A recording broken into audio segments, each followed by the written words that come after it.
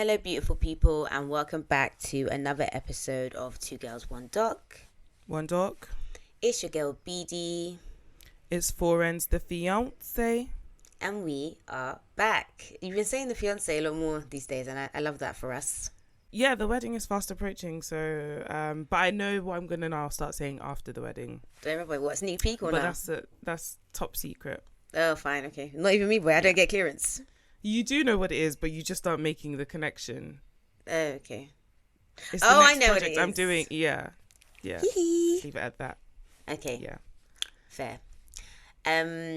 Yeah, so today we are trying out a new setup. So I just want to, apologize in advance, just in case there's issues that we're not But I yet. think you'll pick up on a better all-round listening experience. Exactly. Yes. And that's what matters.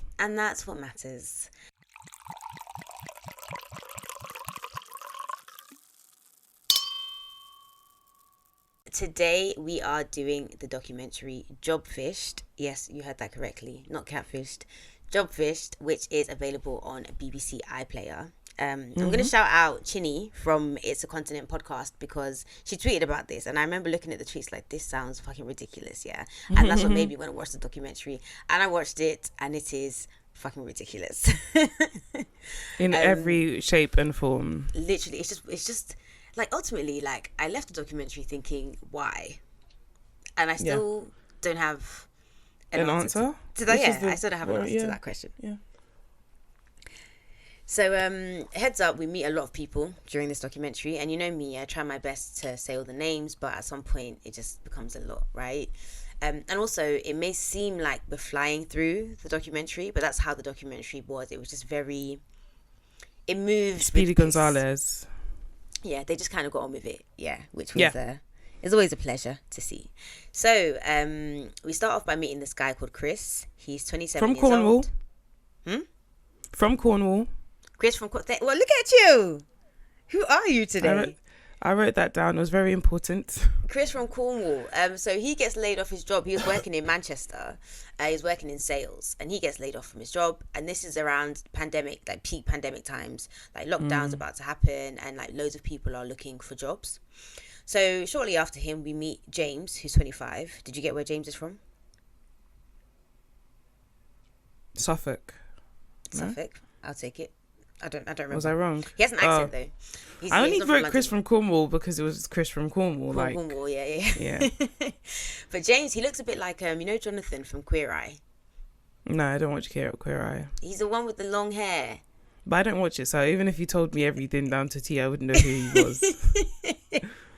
For anyone who watches Queer Eye, Jonathan, he's the one with long hair, and I think he's in a relationship with Antoni, who is the Italian one who does the cooking bit. Anyway, You're telling me a lot of stuff I don't know. I'm telling the listeners. Okay, someone but out there we'll do a knows. comparative picture so you guys can decide for yourself. Someone out there knows what I'm talking about. Okay. Anyway, James has been applying for jobs for ages. He estimates like over 2,000 jobs, which is crazy. Like when you're in job search mode, you literally are just like banging out applications. Like applying for 2,000 jobs and not getting any is the ghetto. Literally. So James and Chris are just saying, it's really hard looking for jobs, applying, getting rejected, and the cycle begins again. And then we hear about this company called Madbird. And Madbird is a design company, and they work with loads of brands like Facebook, Nike, Samsonite. Like their website is really polished, like it's very like designy vibes. Yeah, it looks really, really good on paper. So we get that little tidbit there. And then we meet Gemma, who, like, Gemma is giving us all her credentials. She went to uni, she got a first, like, she's done all these great things. And she even said, look, to her friends, like, I've seen this job role, it looks really good. What do you think? And everyone is like, yeah, like, it looks amazing, like, it's really, really good, blah, blah, blah, blah. But why? Yeah. No, go on. No, I was going to say, why tell your friends? But then I realised I did the same thing this week. Yeah, I think, if you see a job that you like, you're like, oh, what do you think about this job? I think especially if they're in a similar field. That's what I was thinking. If they're in a similar field, it makes sense. But like, most of me showing you optometry roles, you'd be like, okay, exactly. Literally, most of in fact, none of my friends are in my field of work, so there's just no point. Yeah. All you man just do random things that aren't in healthcare. You know, whenever people would explain their jobs, and I was like, if it's not healthcare, I don't really get it. I don't really understand what it is you do. What does your day look like? Like, I don't know what Liz does. Liz, I love you to bits, but I have no fucking clue. You're always telling me about stuff you do, and I'm looking at you like, yeah, this sounds great. I don't know what you do, hun. Yeah. I love that you love it, because I don't understand. Yeah. But I always find it hard, because for me, like, I see patients, right? So I see a patient, I see the patient, next patient, then the next patient. That's what my day looks like. Then I have lunch, then the next patient. So when people, like, have, like, jobs in, like, consulting or, like, firms, or just, like, what does your day-to-day look like? Like, what do you do? Do you know what I mean? But obviously they do something because they have a job. Yeah. So everyone in all the talking heads really have the same story. They get invited to an interview at Madbird by someone called Simona, and that's the first stage interview. And then they get another interview with someone called Ali Ayad, who is the director of Madbird. And people like describe him as being handsome and having a Tom Cruise energy. And I was like, I don't know. People can lie. But I don't know that Tom Cruise energy is a compliment. Tom Cruise has crackhead energy, so you're telling me I'm a crackhead, essentially. But then, what's the difference between Tom Cruise and a crackhead is money. That's it. And Scientology. So they literally, they say he's handsome, has Tom Cruise energy, and then follow. And so at this point, I'm like, okay, is this a good thing or not? And then they follow it up by saying, you know, they say he's really nice and he has great personality. And I'm like, oh, so Tom Cruise energy that's a positive then. Maybe it's like the confidence Tom Cruise has and like his ability to just jump on all like couches. Maybe that's what they mean. Maybe this guy Ali just jumps on couches. Men. Yeah. Exactly. Yeah.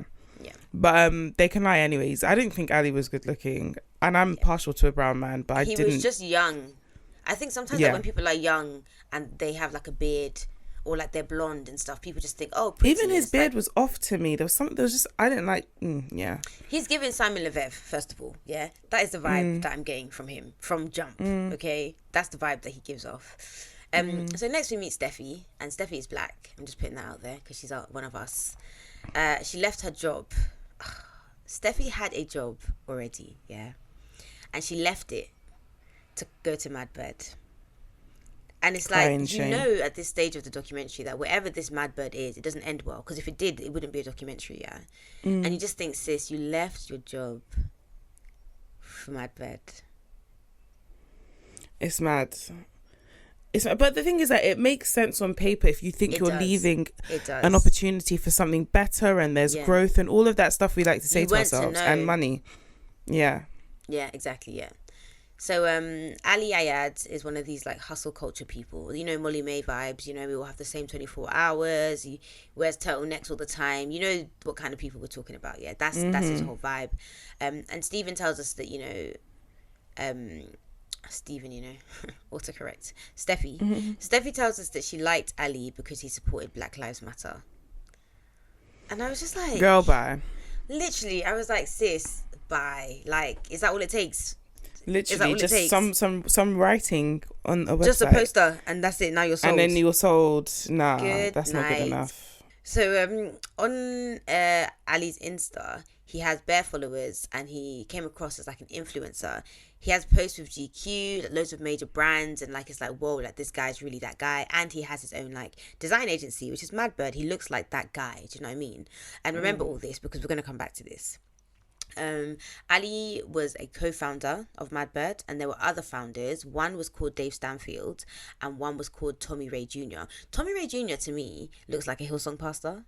Don't you think? Yeah, he does. And the name sounds like a boxer. I can imagine him being and in the left corner we have Tommy Ray Jr. Tommy Ray Jr. Wait, coming in at body blah. And what else they say? Defending his heavyweight crown. Yeah. Yeah, it's true. It also gives me like Australia. It could be like Tommy Ray. That's right, yeah. See, I can't do the accent unless it's my phrase. So all the people that we've met so far, they get the job, which is probably why they are on this documentary. They have a 6-month probation period. And during this time, you're already rolling your eyes. During this time, yeah, they don't have a salary. They only earn commission. So guys, okay, I think I've mentioned before I work in recruitment, okay? Any job that's asking you to have a 6-month probation period, first of all, that's a very big red flag. Okay, that's number one. Number two, any job that is only paying you on commission for those 6 months is like, I can't. Is whatever is after. It's a red alarm. Fam, so it's not. It's the flag is so red. Yeah, it's wild. And you have negotiating power. I know a lot of these people were in COVID time, and to be honest, watching this documentary, this could have happened to any of us. Like, it really could have happened to any of us. Yeah, but that's why it's so scary. We do need to get. Yeah, it's very scary. But we do need to get clued up in terms of like the questions we ask, especially. And I know this happens a lot when you're like desperate to start a job, because you forget you feel like you're at their mercy, but understand that getting into the wrong job is worse than like actually taking your time and finding the right job. Ask certain questions, ask about like their HR function, ask about collaboration, because this stuff, like if they had asked them these questions, they would have clocked that something here was off. Something is off.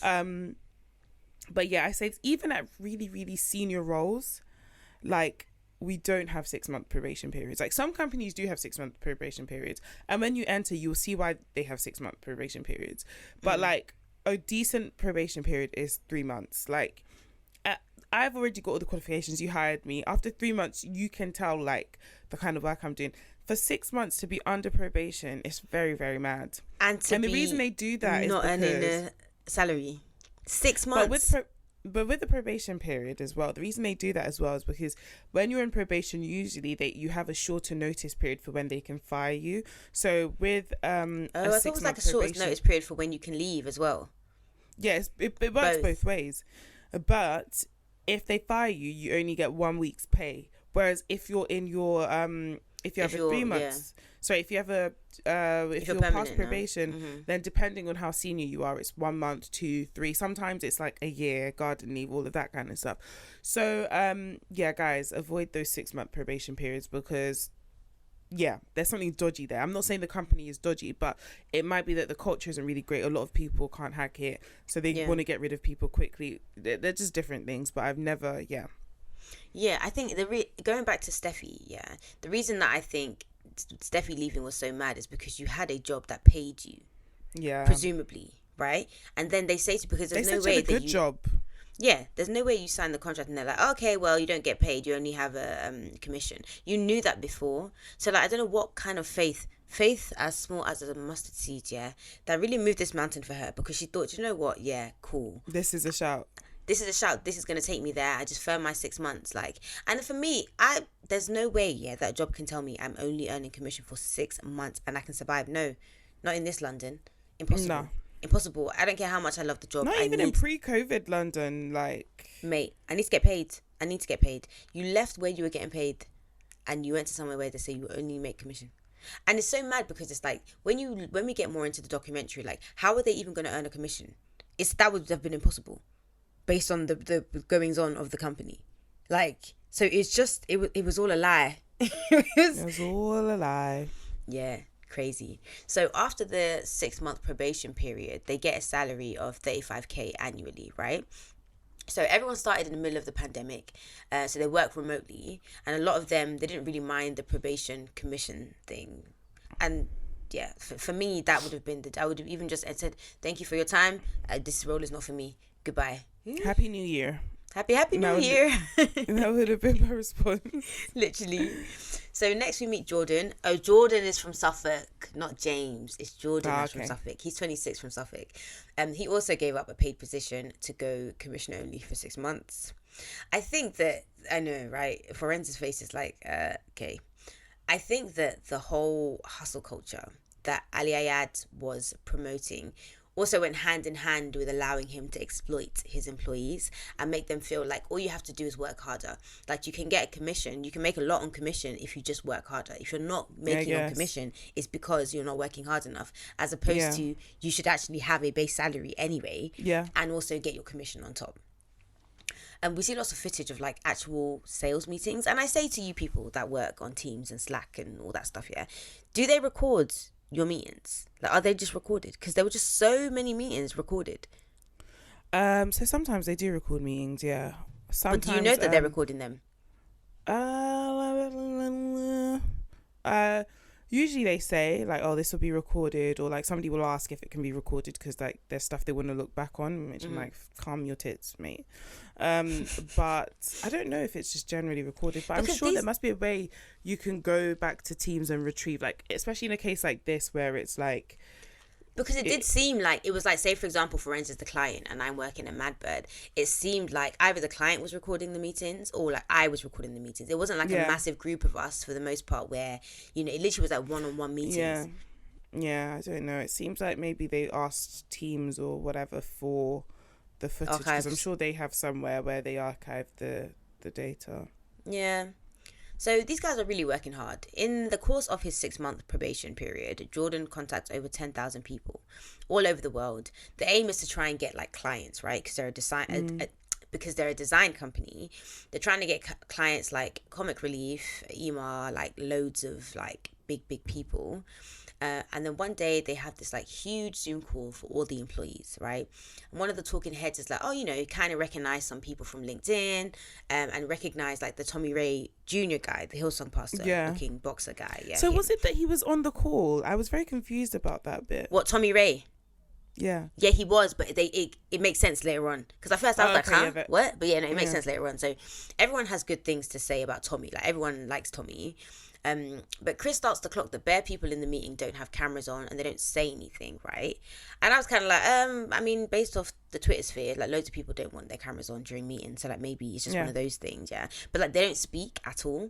And then there's a point where Tommy, who is the one of the co-founders, is like, okay, everyone, you know, will go around, just introduce yourself, say something about yourself, that kind of thing, just to introduce each other, because no one's really met, because this is the pandemic company job situation. But Ali Ayad stops it and he's like, yeah, no, this is a waste of everyone's time, like let's just keep going with the meeting. Which, to be honest, if I was in that meeting, I would have said Team Ali, because why are we going around introducing ourselves? It's fine, you see my name, you know what I mean, there's no need to. Yeah. So more weird things start to happen, because soon after this meeting, everyone gets an email from someone called Jane Smith, right? And no one knows who Jane Smith is. I feel like Jane Smith is the most, you might as well have said Jane Doe. Like, it's the most generalized name ever, yeah. In the world, yeah. So the email reads, for the attention of Madbird employees, some shocking evidence has come to light regarding Madbird. We have strong reason to suspect that the founders of Madbird have knowingly participated in the following activities. 1. Stealing the work of others and presenting this work as their own to both Madbird staff and potential clients.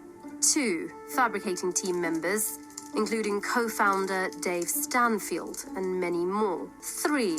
Fabricating a client and work portfolio. 4.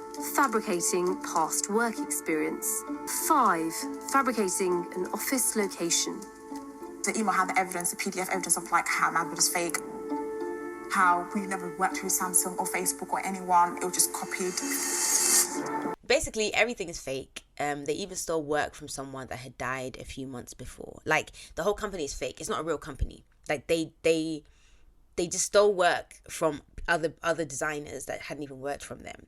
And so we hear the employees' reactions. They're like, oh my God, what? Like, they're just confused. And then there's outrage. And then you get Steffi, our good sis. And she has the reaction that I would have had. So when I saw that, I was just thinking, am I a dickhead? Because I've literally been here for like 2 months, working my ass off for like how many hours, not getting paid, telling people to do this, recruiting people to a fake company. And she's just like, am I a dickhead? Like, am I a dickhead? Like, you left your job, you've come to this place, they've really taken you for a dickhead, yeah? And it's just like, rah, like, so none of this, so all this work that I've been working, real. And they're working hella hard because 1, hustle culture, and 2, they need to earn commission. And nothing was real. They've been working for free. Nothing manifested. Yeah. Literally. And then it's also like they've been trying to get out. It's like me finding this job that I think is so great and being like, oh, Forenz, like this job is amazing. Like, come. Even though it's like, how can you recruit someone and the first thing you say is, 6-month probation, no pay, commission only. I would say you don't fuck with me, because why would you bring me into that environment? Why would you suggest that? Why would you do that? You don't know I have bills to pay. I have a life to maintain. I don't know. Drake told us that we should stop fucking for free, and I think people really should have taken that on board, because since he said that, I have looked at life differently. Very different. You don't fuck for free, and fucking doesn't mean necessarily having sex, but it just means in general time, in life. Your time costs money. Okay, your time That's is what he's money. saying. Time is money. 100%. So James compares it to being catfished, hence the title, Jobfished. Yeah. Chris tells us how he never got paid anything. So they never took money from him. Of course. But he didn't get paid anything. So for me, I was like, what is going on? Because what was the point of this whole scam? Was it just a waste of time? That is what I'm saying. Like to what end? London boy, like. Literally, to what end? So Jordan actually makes a very good point, and he's like, if I had worked minimum wage in those 6 months, I would have made $8,000 in that time, and he probably wouldn't have been taxed anyway, because you wouldn't have been making the $12,000 enough to. Yeah. Well, actually, maybe he would have, because if he worked there for a year, then it would have been $16,000. But either way, he would have made more working a minimum wage job than all this hard work that he was putting in for absolutely nothing, just a waste of your time. Like, do you even put that on your CV? And then they'll say, why was there a 6-month gap in your work history? But do you know what's so strange to me is that, like, I don't know what motivates other people at work, but for me, it's solely money. I'm like, I'm doing all of this because at the end, I want to get paid and I want to get my bonus and I want to get blah, blah, blah. Mm-hmm. So, like, I would really love to know from these people, what motivates you if it's not money? Like, what, if the love of the job paid, then?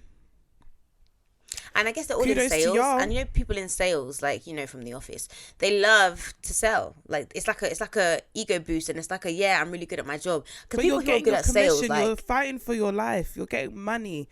These people, you went months on end without seeing one penny, and part of you me were feels paying like them to work. Part of me feels like for you to be able to survive and not be paid for 6 months, like, life is not too bad for you. You have people you can lean on. You're okay to some extent. Like, obviously, you're not doing great because, like, run me my check kind of thing. But, like, there's no way that I could work for 6 months and not get paid. There's no way I wouldn't survive. There is no way. Impossible. Yeah. So, like, for you to even consider this as an option, like, yeah, cool, I might make a bit of commission or whatever. Like, things are good. Yeah. Things are not terrible. I'll put it that way.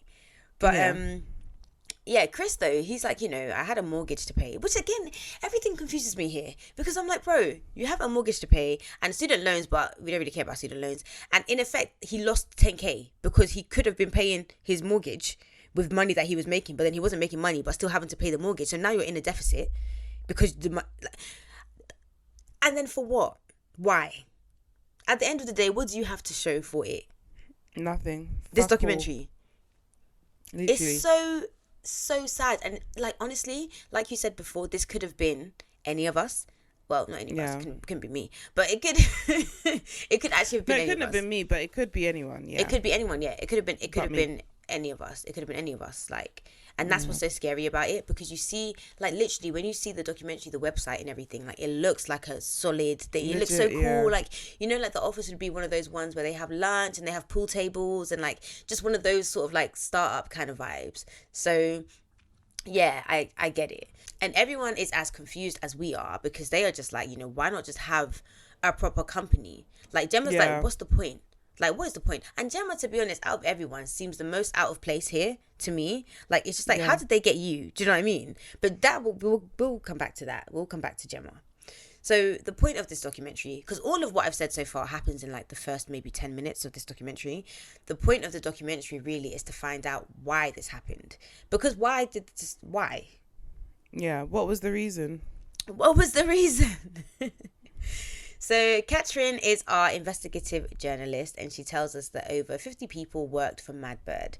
Many of them were fake, and a lot of the photos were from Getty Images. Like, this takes so much time. Like, who had the time to do all this? And then again, why? What for?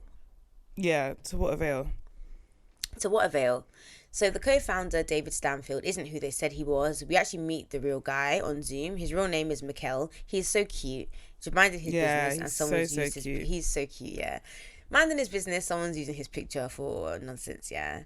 And this whole thing is so brave, because how do you know? Like, it's like someone using your picture, yeah, and me going for a job. You wouldn't know. Hold on a second. That's not Sally Jones. that is forensic. So why is her picture just like, they have so many actual people. So one of the images, or the people, quote unquote, the employees, is actually a Spanish actor. One is an Italian influencer. One is just some random health and safety advisor. It's just like, this is so brazen. Like, how do you know that no one's going to know these people? Who these people are. Yeah. It's like me going to a job interview and they say, oh, Molly May is like the head director of HR. And I'm like, guys, no, she isn't. Mate, literally. Anyway, she really uses all the hours in her 24 hours. So who knows what it is that she's doing? Who knows what it is that she's doing? I wouldn't put it past her.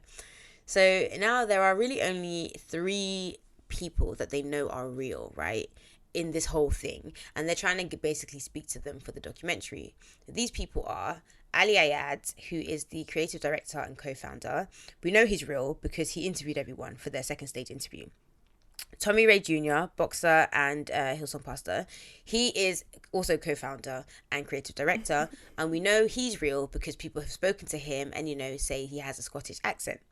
And then there is Simona Sharkajaneva, who did the first stage interview. So we know that she is real, right? So Catherine gets to speak to Simona on the phone, but we don't actually hear Simona. We hear an actor who says her words, which might as well be Simona, But it's so stupid because it's like, you draw the line at people hearing your voice, but we have your whole name, so I'll just go find you if I want to. It's crazy that's where she drew the line. You can have my full government, but they can't, just don't hear my voice. But maybe she can't control whether they put her name out or not. Do you get what I mean? Yeah, but it's just ridiculous. If I've got your name and I've got your name and I'm putting it in this, you might as well just put your voice as well. You might as well just chat. What are you doing, mate? Yeah, it's same with Tommy. He does the same thing. Have an accent. It's bro, if I just go to Scotland or whatever, I'm gonna find you and then I'll know your real voice and your secret's out. What is this all about? Yeah. I don't know. That's strange. It's crazy. Simona says that she reported to Dave. So Dave Stanfield, who we know is not Dave Stanfield, he's not real. That's Mikkel, yeah? And she reported to Tommy and some random guy called Mr. Norman, who we haven't heard of before or since, yeah? She also said that Dave is responsible for the website. And we know that she's lying because Dave is not Dave, yeah? Dave is Mikkel, and we've met Mikkel, and Mikkel has confirmed he's Mikkel and not Dave. So what are you talking about, sis? Yeah. What are you actually chatting about? What are you saying? Why did you come here to lie? What was the point? Why did you not just ignore the phone calls? Catherine doesn't tell Simona that Dave isn't real. Yeah, she just kind of lets her live her lie kind of thing, right? Then we get the next call, and that is with Tommy. Again, couldn't use his voice, but we hear a Scottish actor who gives us the voice, right? He met Ali in a pub, right? Ali Ayad. And he tells him that he is a Mormon. So Ali is a Mormon from Utah, according to Ali. That's what he tells Tommy, yeah. Oh my God. And so Ali wants Tommy to be the founder, and he never accepts the role. He doesn't say he wants to do it, but he basically just joins that Zoom meeting, that massive Zoom meeting they had. Ali Ayad invites him to that just to kind of say, look, this is what we're about kind of thing. But Ali presents it as, here's a meeting with the co-founders. Whereas Tommy is just coming to the meeting to be like, let me just see what's going on. So Tommy is not really the co-founder. He's kind of I'm not fucking buying anything he's saying. And this isn't just because I bet he has a voice high pitched and he didn't want us to hear it.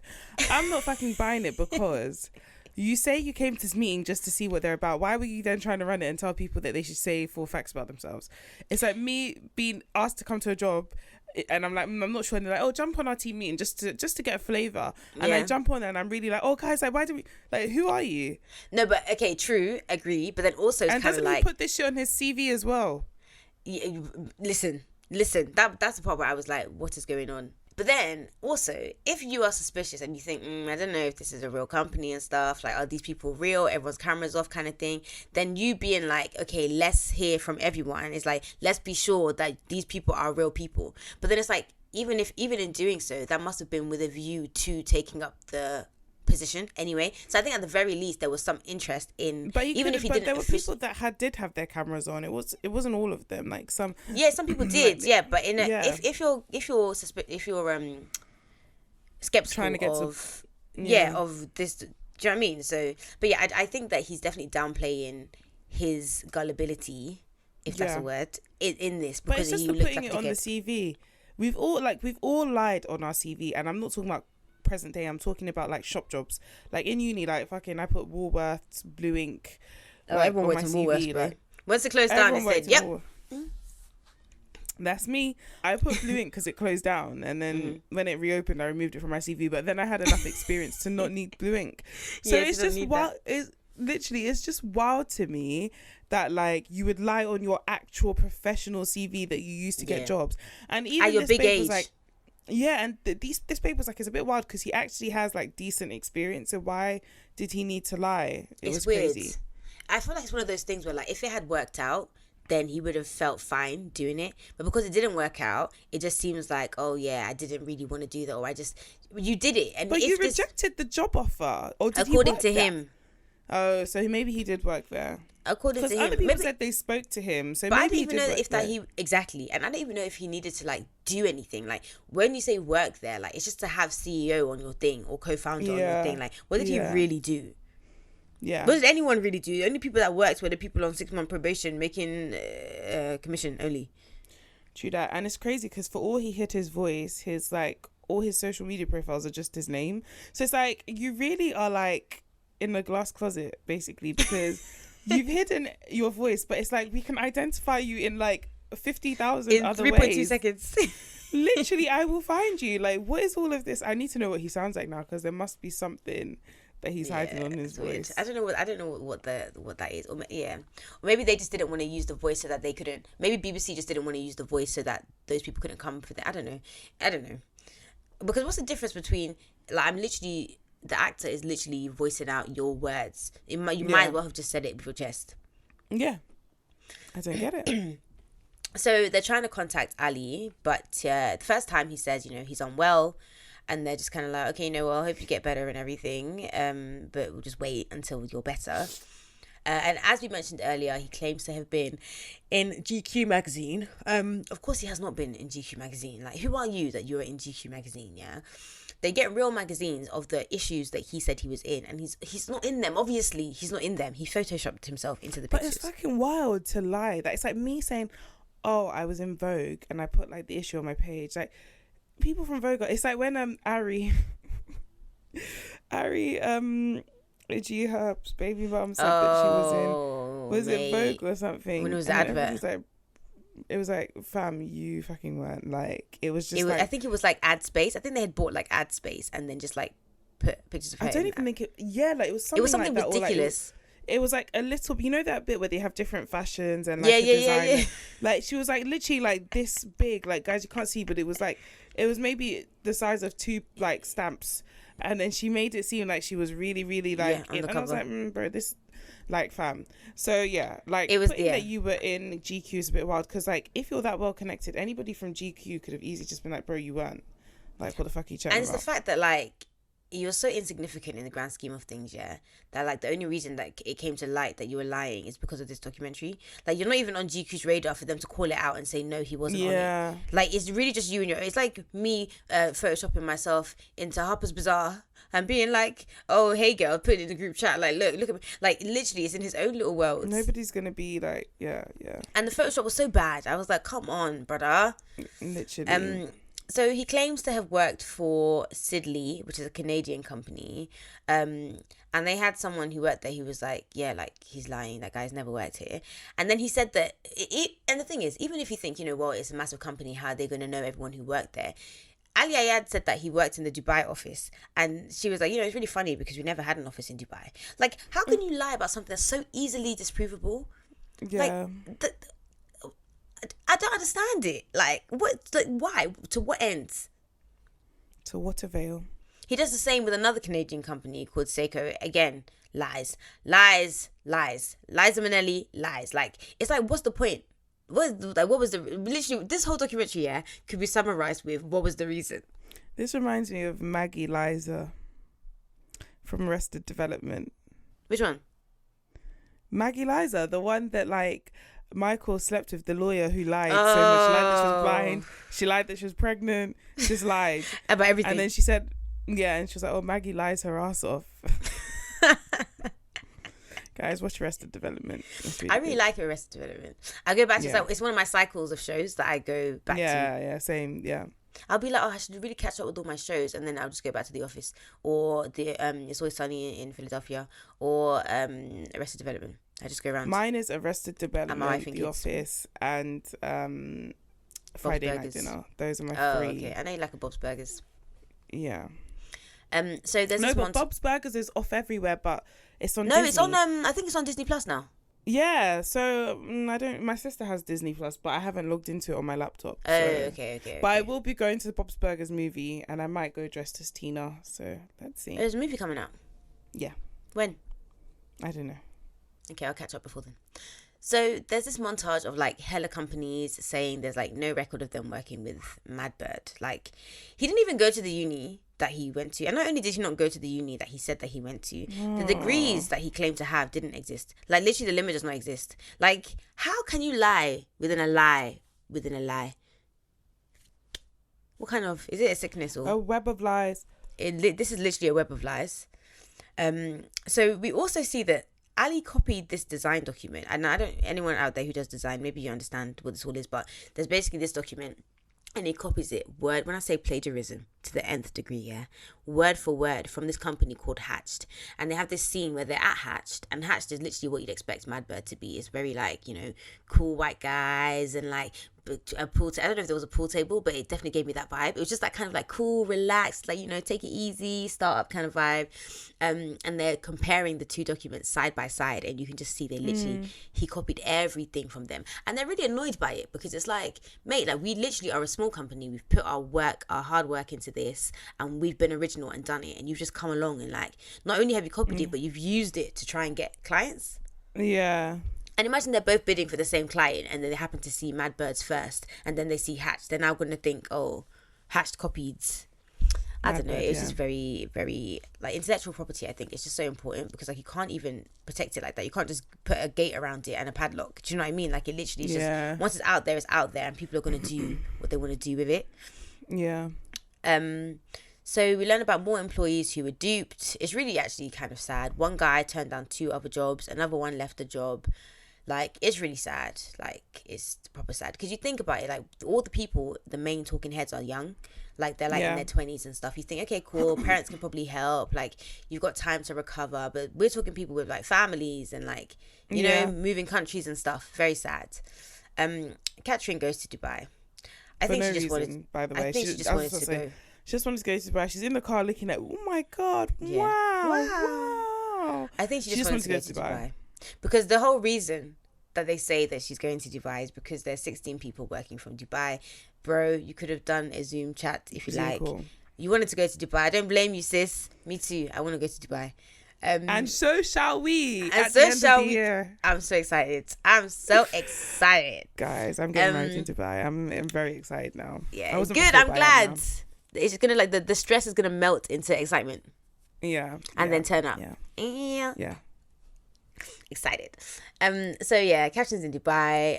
Ali promises this guy living in Dubai a job and also citizenship in the UK with the job. And the thing is that like in Dubai, like they're really strict with their laws and stuff. And so the guy's telling us that, he could have been jailed for not providing services if they had paid him. So the clients hadn't yet paid him for the services. He was able to find out that this whole Madbird thing was a joke beforehand. But had they paid him and he failed to deliver the services they had paid him for, he would have been in jail. Yeah. And it wouldn't have been his fault because he didn't know that Madbird was a bunch of shit. Yeah. So sad.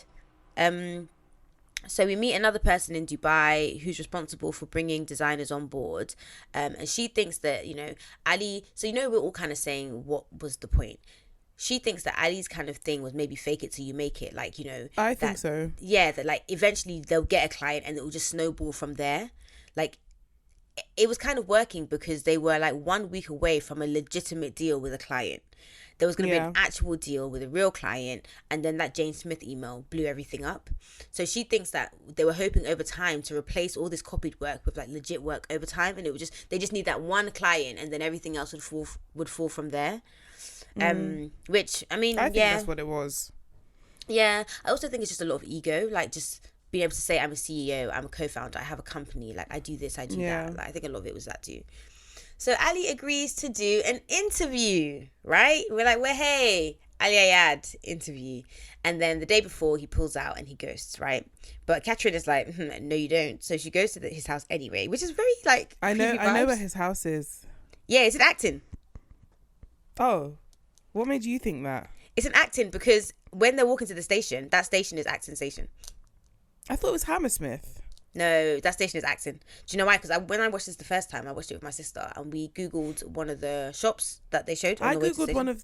Oh, I tried to, but I couldn't see the names. No, we found it. We found it. It's Acton. And it's Piccadilly line as well. So yeah, no, it's Acton. Because I saw that the station said Piccadilly and... District. Yeah, it's one. There's a couple of stations in Acton. I think it's like Acton. I think it's definitely Acton though. Oh, okay, I was wrong.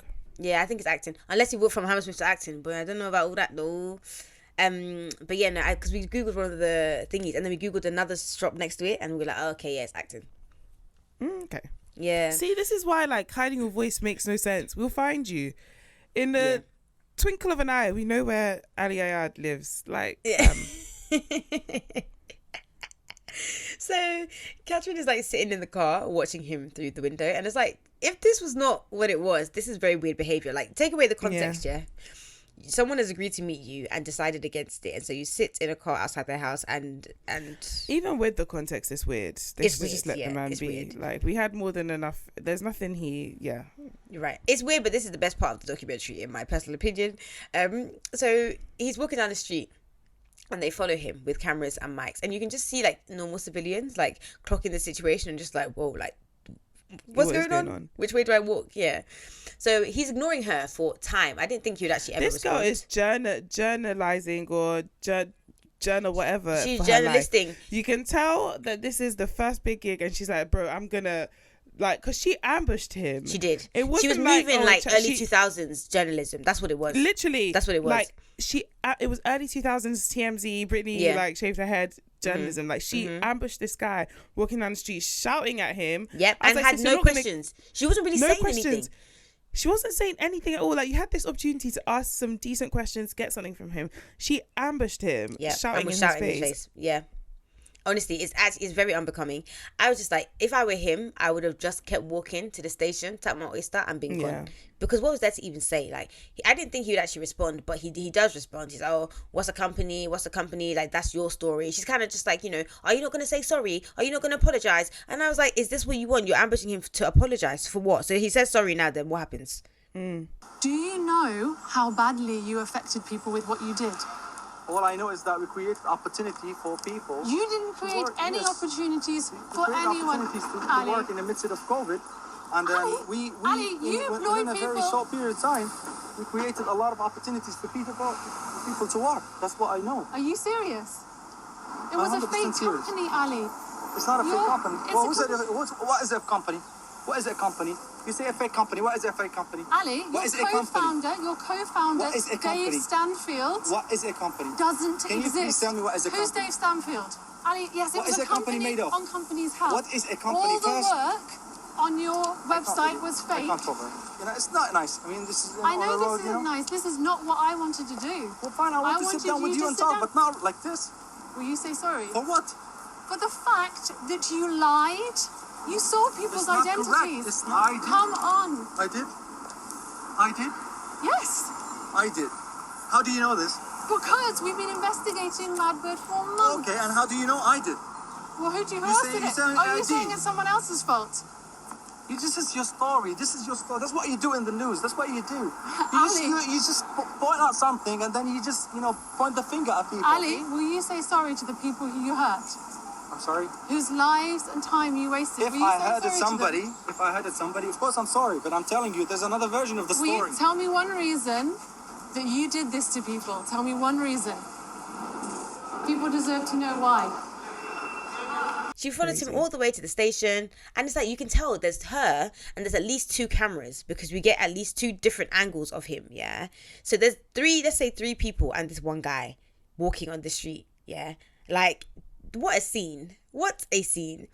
Anyway, he gets to the station, he taps his oyster, and he's gone. He goes. He doesn't have an interview with them. He doesn't say anything at all. because it was so unnecessary. It was very like, what is going on? Like, I can just imagine walking down the street and being like, what is, crazy. So because there's no closure, because that interview was not an interview, the thing is that I reckon if they had just, I was going to say bid their time. If they had just waited, for him to come in, I think he would have had an interview, because he seems like he's a narcissist. Yes, he seems very narcissistic and egotistical, and that he just wants his voice to be heard. I reckon if they had just waited, but they probably had a deadline for when this had to get out and stuff. So maybe she ambushed him. She literally ambushed him. We get a lot of on-screen text at the end. If there was anyone else involved in running Madbird, Ali Ayad has not told us who they are. It probably was just him. We get back in touch with Simona and told her that we knew David Stanford wasn't real. We offered her the chance to speak to us again, but she didn't respond. Why would she? The Jane Smith email was actually sent to Madbird staff by Gemma, Brett, and Antonia Stewart. So Gemma was, the one that I was like, she seemed a bit out of place. Like, how did she get duped kind of thing? She was like, something is wrong. Because she looked up their offices and it was just a block of flats. And she just kept going. She was like, no, something is wrong. Something is wrong. And she figured it out. So Madbird's ambitions were so big that more people interviewed for a job there and got turned down. So imagine, that's the biggest blessing. Sometimes in life, rejections are really blessings. Yeah, of course. That's how you would have been working for 6 months without salary. Chris and Jordan took Madbird to the employment tribunal.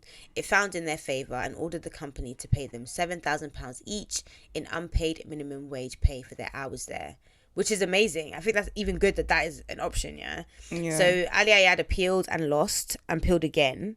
They still have not seen a penny. Unsurprising. Like, I doubt they're getting that money. But it's good to know that at least it's almost like you're being vindicated a little bit. Like, like, I'm right. But yeah, that is the documentary. That is it. It was so ridiculous. It was just so ridiculous. Redonkulous. Literally. Yeah, it was. But it's also crazy because, like I said, it could happen to anyone. So yeah. It's wild. But yeah, so now it's time for... The real crime, I think, was the beard. Our segment where we focus on something during the documentary that may not be criminal, but we definitely consider to be a crime. Have you got one? I think for me, the real crime was the outfit Ali was wearing as in the final scene. Yeah, when he was walking. That jacket, the skinny jeans, the plimsolls, I think they were. It seems very on brand for him, though, Maybe that's the crime also. Yeah. That's the crime. And it's also the crime that people thought he was this like such a good looking, this guy. Like, such a hunk. Fam, he's a young guy with a beard. Like, a beard does not a buff tick make. Exactly. That's the beginning and the end of it. Yeah, and mine was the Photoshop. I think the Photoshop was shit, and also the audacity to pretend you were in GQ. Like, why? Like, for why? Of all publications. Oh, literally. Of all, like, you didn't even say like hello or like Daily Mail. Okay. Like, okay. Okay, magazine. Do you know what he should have done? Is he should have had a magazine. That should have been, Madbird should have just been a magazine. Then he can put himself in his magazine if he likes. Every page can just be him. Every page can just be him. Nobody will, like, yeah. That's what he should have done. But yes, what are we doing next? Before we discuss what we're doing next, actually, we are going to be taking a little break because life be lifing. So we're taking a break for a couple of weeks. We'll be back on the 8th of May. That's when our next episode will be. In the meantime, you can always re-listen to our episodes because they are timeless, Yes. And if you haven't caught up with one, then you can always catch up with them. But yeah, so we're back on the 8th of May, and that episode will be... So, on Twitter, there was this thread about, like, kids being able... Like, just being creepy and weird about, like, dead things. And I don't know exactly what the but it was just weird, like... It was like the eeriest thing your kid has ever said to you. Yes, that's what it was. And some of these kids are fucking... Like, you people need to pray. Honestly, everyone in that thread, I said, you people need to pray. If you pray, then it will help you very much. Because I never said any of these things to my parents. I never had this feeling that, like, I was living a second life or this or that or the third. The only thing I do have that's a bit weird is that, like, I have, like, a phantom limb. But my mum says to me that I did... Yeah, but my mum says to me I didn't have this thing. Like, if you look at my fingers, by my hand, it doesn't look like there was an extra finger, but I feel it sometimes. So maybe where is it? Here on the end. Oh, okay. Yeah. So By maybe in my past life I had six extra fingers. Yeah, but I don't feel like I'm reincarnated. Like, God, I don't want to come back again. This life has been more than enough. After this time, I want to be done. I don't want to come back. Do you know, one time, I don't know if it was a podcast or a documentary I was watching, but basically it's about these 3 girls who went to like summer camp and they got killed at the summer camp. So one of the girls, she had a little sister at home, and so before they had even been told that they had been killed, the little sister was like, oh, I don't remember the girl's name, let's say it was Chloe. She was like, oh, Chloe's dead. And her mum was like, what are you talking about? Like, the fuck? And then they found out that she had been killed. Is this a one where like the mum then goes on to have 2 other kids and it's like them reincarnated? I don't know, because I did listen to a podcast like I listened to podcasts like that where the mum had twins and then they died and then she had twins again, and it was basically them reincarnated. Like, they literally lived the exact same life, pretty much looked the same as the other twins that died. One even had the same birthmark that one of the twins had. Did she name them the same thing? No. Okay. Because at the time when they were born, she didn't know that they would be. Oh, of course. But like they. Wait, so how old were the twins when they died then? Maybe I think 5 or 6 or something. Oh, like right, okay. And she would. These twins would tell her things that the other twins had lived. I don't know if I believe in stuff like this, but it's just crazy. The death is really crazy. Like, yeah, I mean, and we say all that to say that's what the next documentary is about. So it's there's this series on Netflix called Surviving Death, and they have different episodes. I've watched a couple of them actually. This is the last one, I think. I haven't got into it, but it's called Reincarnation. So based off that thread, we were like, okay, cool, we're gonna watch this documentary and just see.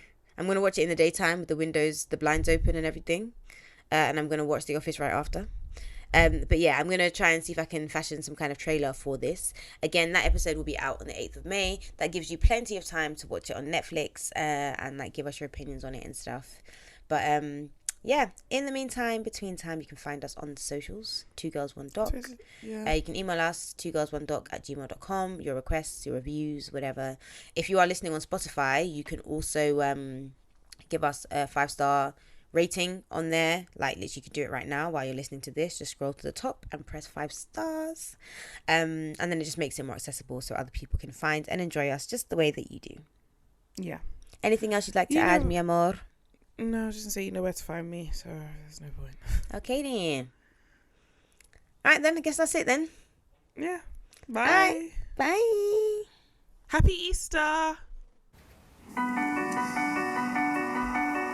At the moment of death, are we actually just dead, or is something else going on? Whatever this consciousness is that we have in this life, it was also there in another life before. It's not do we believe in ghosts, but the fact that we continue to report them and see them. There are things that science can't test, but it doesn't mean they don't happen. How good would it be to know there is life after death?